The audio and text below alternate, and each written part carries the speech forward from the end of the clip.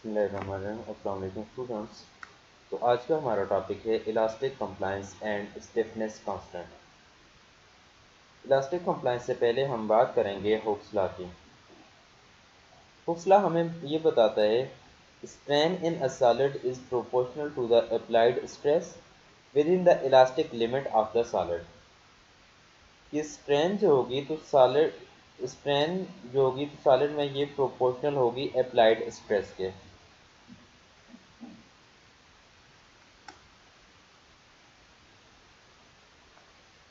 This means that small deformations, the strain is directly proportional to the stress. अगर कोई deformations produce हो रही है तो उसमें स्ट्रेन जो होगी तो वो स्ट्रेस के डायरेक्टली प्रोपोर्शनल होगी। So that the strain component are linear functions of the stress component. ये स्ट्रेन कंपोनेंट जो होगा तो स्ट्रेस का लीनियर कंपोनेंट होगा। अब यहाँ पर ये जो इक्वेशंस है इक्वेशन 37, तो इक्वेशन 37 में शो किए हुए स्ट्रेन के कंपोनेंट 6x6 मैट्रिसेस है, तो इसके 36 कंपोनेंट आ रहे हैं। S11x, S12y, S13y, तो ये इसके इस तरीके से हम लिखेंगे। इनको लिखेंगे कैसे कि पहले हम ई एक्स एक्स के लिए लिखेंगे, तो इसका फर्स्ट एक्स जो होगा तो इसको हम कांस्टेंट रखेंगे और सेकंड जो होगा इसको वेरिएबल रखेंगे। इससे अगर रो की फॉर्म में देखें तो कॉलम की फॉर्म में अगर देखें तो फर्स्ट को हम वेरिएबल रखेंगे और फर्स्ट को क्या रखेंगे, कांस्टेंट रखेंगे।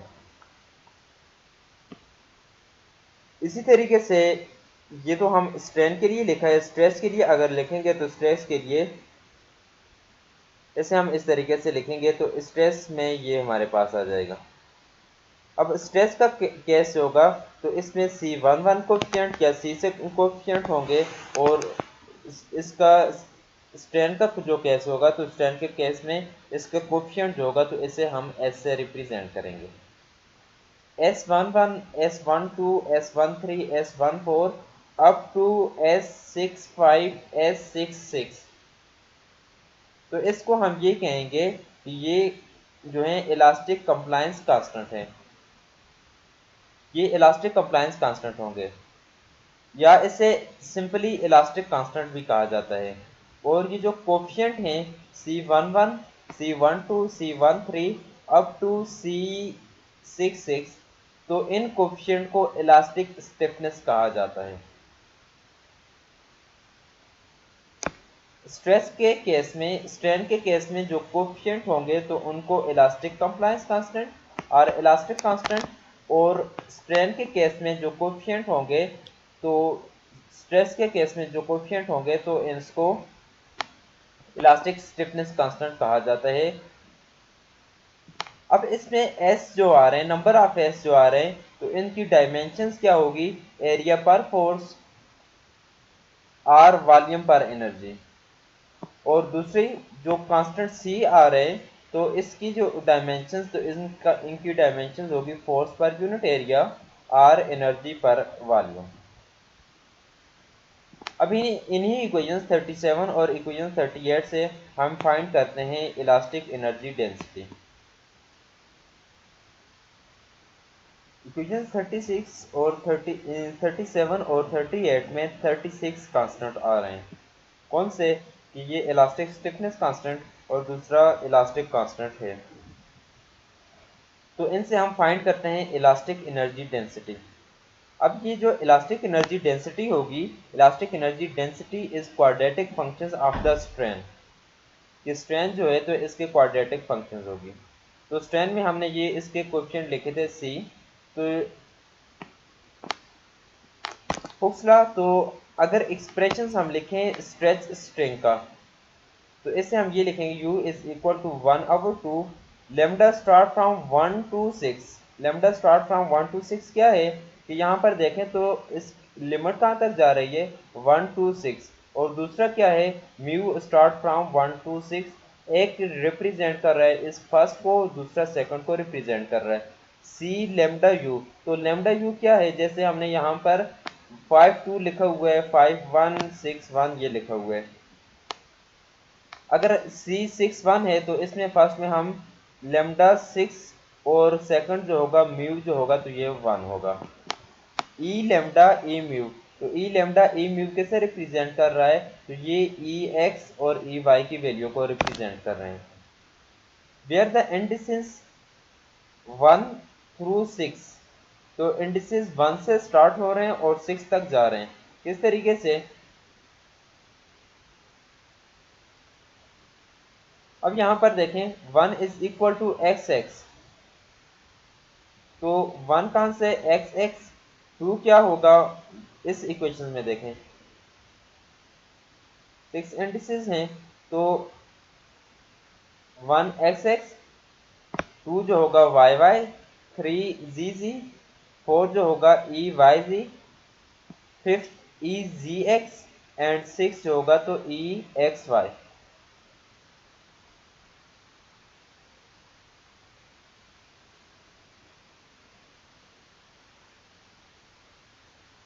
अभी इक्वेशन जो आ रही है तो इसमें सी जो कोफिशिएंट होंगे तो 38 इक्वेशन जो आ रही है तो इनको हम एक्सप्रेस करेंगे इक्वेशन 42 में।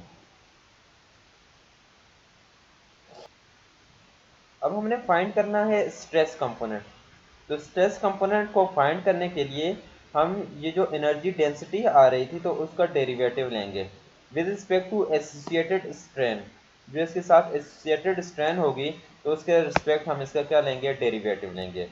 तो अब इक्वेशंस हमारे पास जो ऊपर आ रही थी तो इस इक्वेशंस का, ये हमारे पास इक्वेशंस आ रही है तो इस इक्वेशंस का हम क्या लेंगे, डेरिवेटिव लेंगे।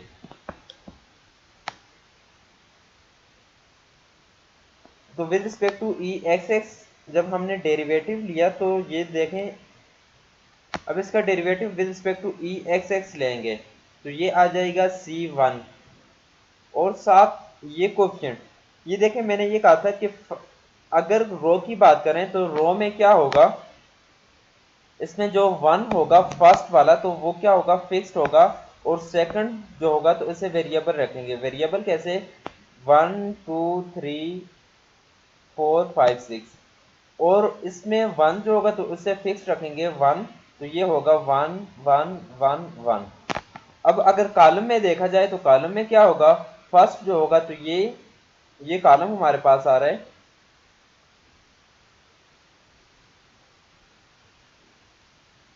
इस कॉलम में देखें तो फर्स्ट जो है तो फर्स्ट क्या है, वेरिएबल है 1 2 3 4 5 6, और सेकंड जो आ रहा है तो 1 को हमने क्या रखा हुआ है, 1 को कांस्टेंट रखा हुआ है।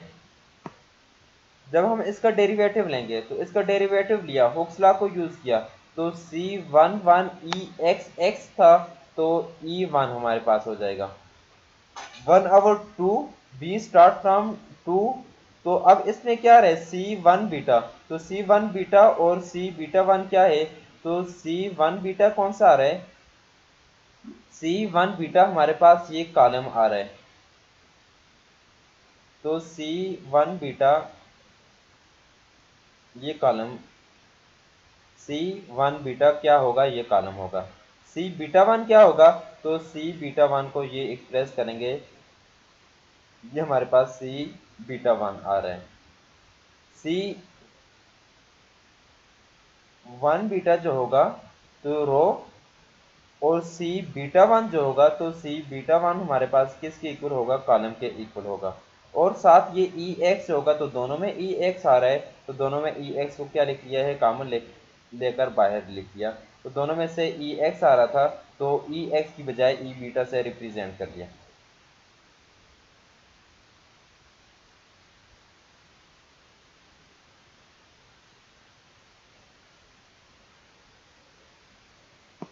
अब इसमें देखें कि ये जो फैक्टर आ रहा है, ये वाला जो पोर्शन है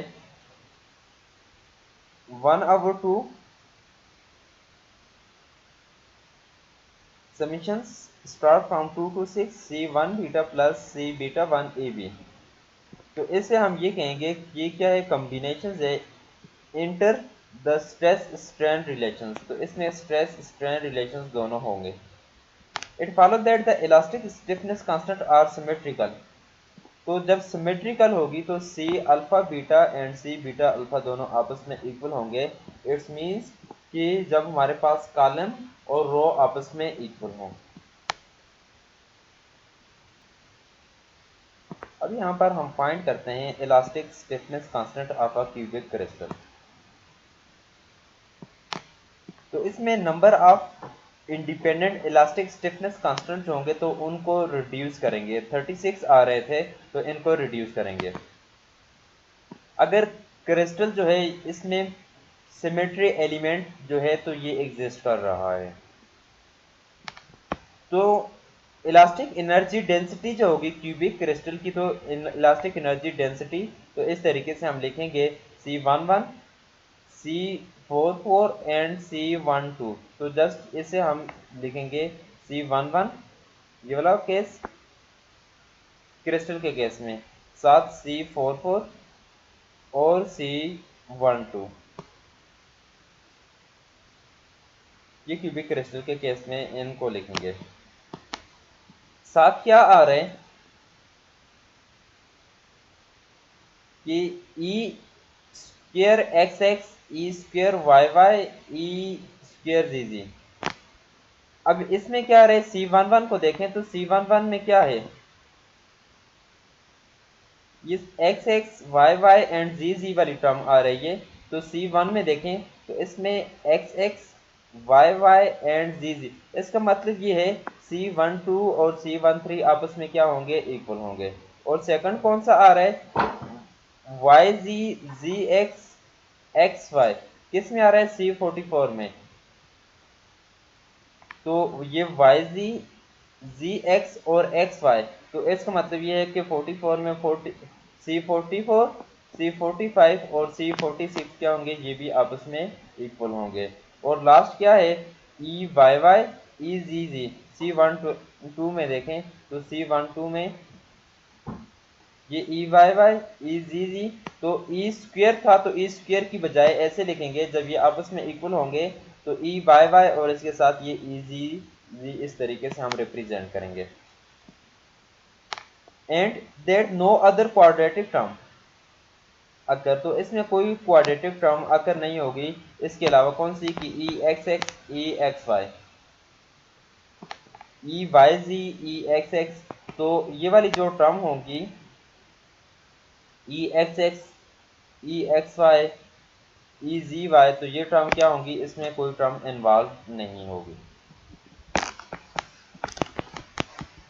अब इसमें मिनिमम सिमेट्री की बात करते हैं। तो मिनिमम सिमेट्री के लिए प्लेन 1 में इक्विवेलेंट होंगी। तो इसकी डायरेक्शंस देखें तो प्लेन एक शो की हुई है जो कि 1 1 प्लेन है, तो इसकी डायरेक्शंस क्या है, इक्वल है। फॉर एग्जांपल कि अगर ये लें कि ई स्क्वेयर एक्स एक्स ई स्क्वेयर वाई वाई ई स्क्वेयर जी जी, तो ये हमारे पास क्या होगा, ट्रांसफॉर्म होकर ई स्क्वेयर वाई वाई ई स्क्वेयर जी जी और ई स्क्वेयर एक्स बन जाएगा।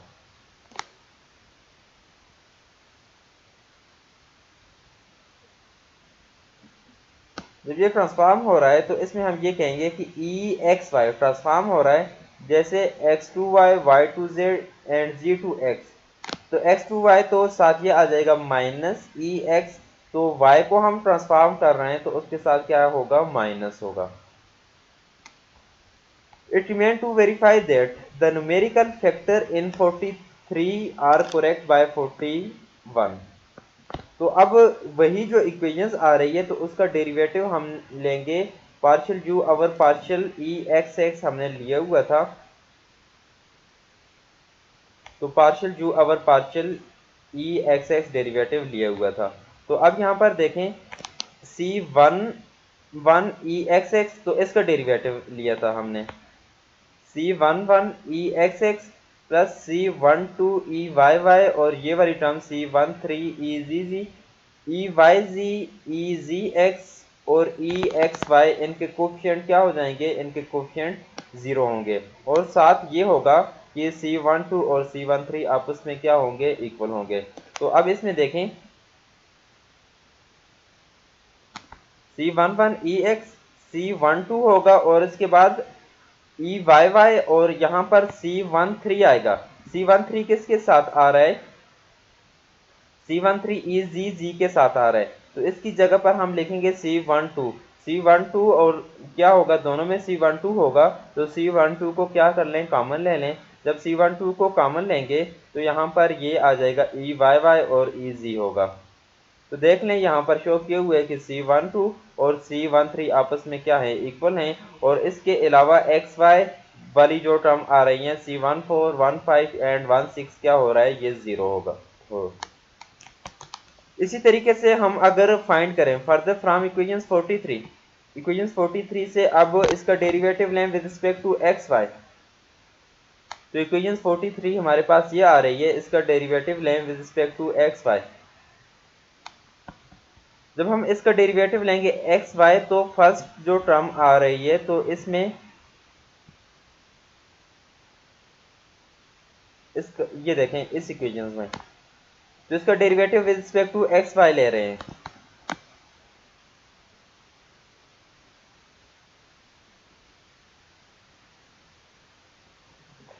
इसका जब derivative with respect to XY ले रहे हैं, तो इसमें क्या है कि ये जो टर्म है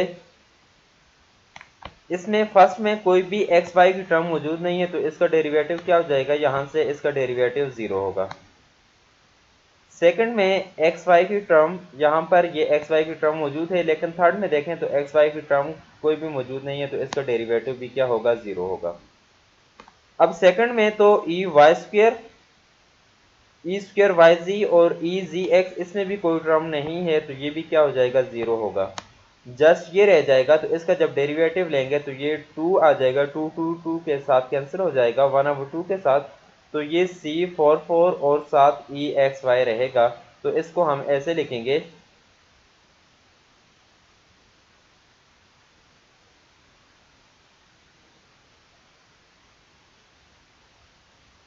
तो ये हमारे पास C44 और EXY रहेगा। इसमें और जो आ रहे हैं C61, C62, C63 और C64, C65, ये क्या हो जाएंगे, 0 के इक्वल होंगे, लेकिन जो लास्ट आएगा C66 और C44 ये आपस में इक्वल होंगे।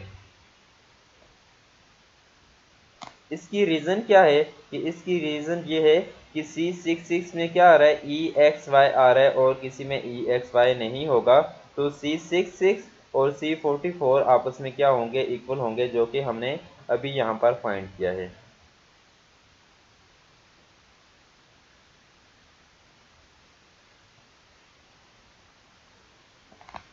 Thus from 43 equations 43 we find that the array of value of the elastic stiffness constant is reduced for a cubic crystal to the matrix। तो अब जो कांस्टेंट होंगे, तो कांस्टेंट की वैल्यू हम पुट करेंगे जस्ट कांस्टेंट की, EXX, EYY, EZZ, और इसके जो कांस्टेंट होंगे उनको लिखेंगे।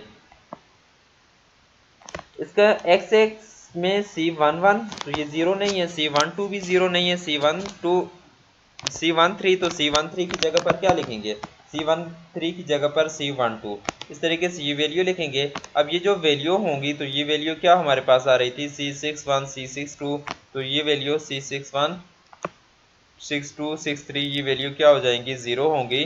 तो लास्ट में यहाँ पर क्या था, ये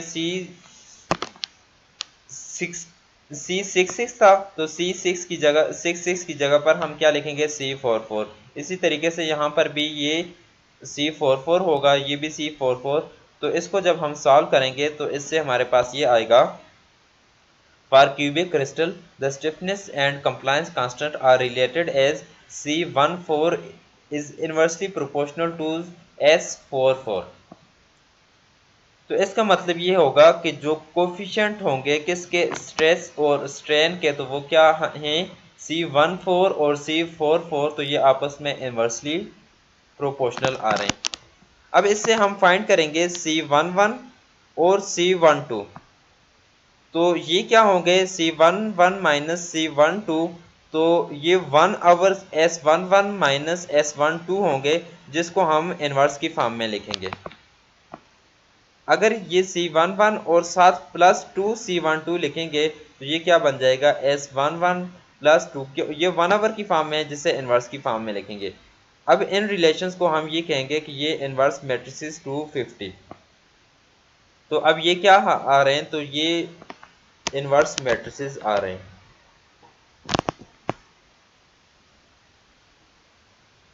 स्टूडेंट्स, तो नेक्स्ट लेक्चर में हम डिस्कस करेंगे bulk modulus and elastic wave in a cubic crystal को।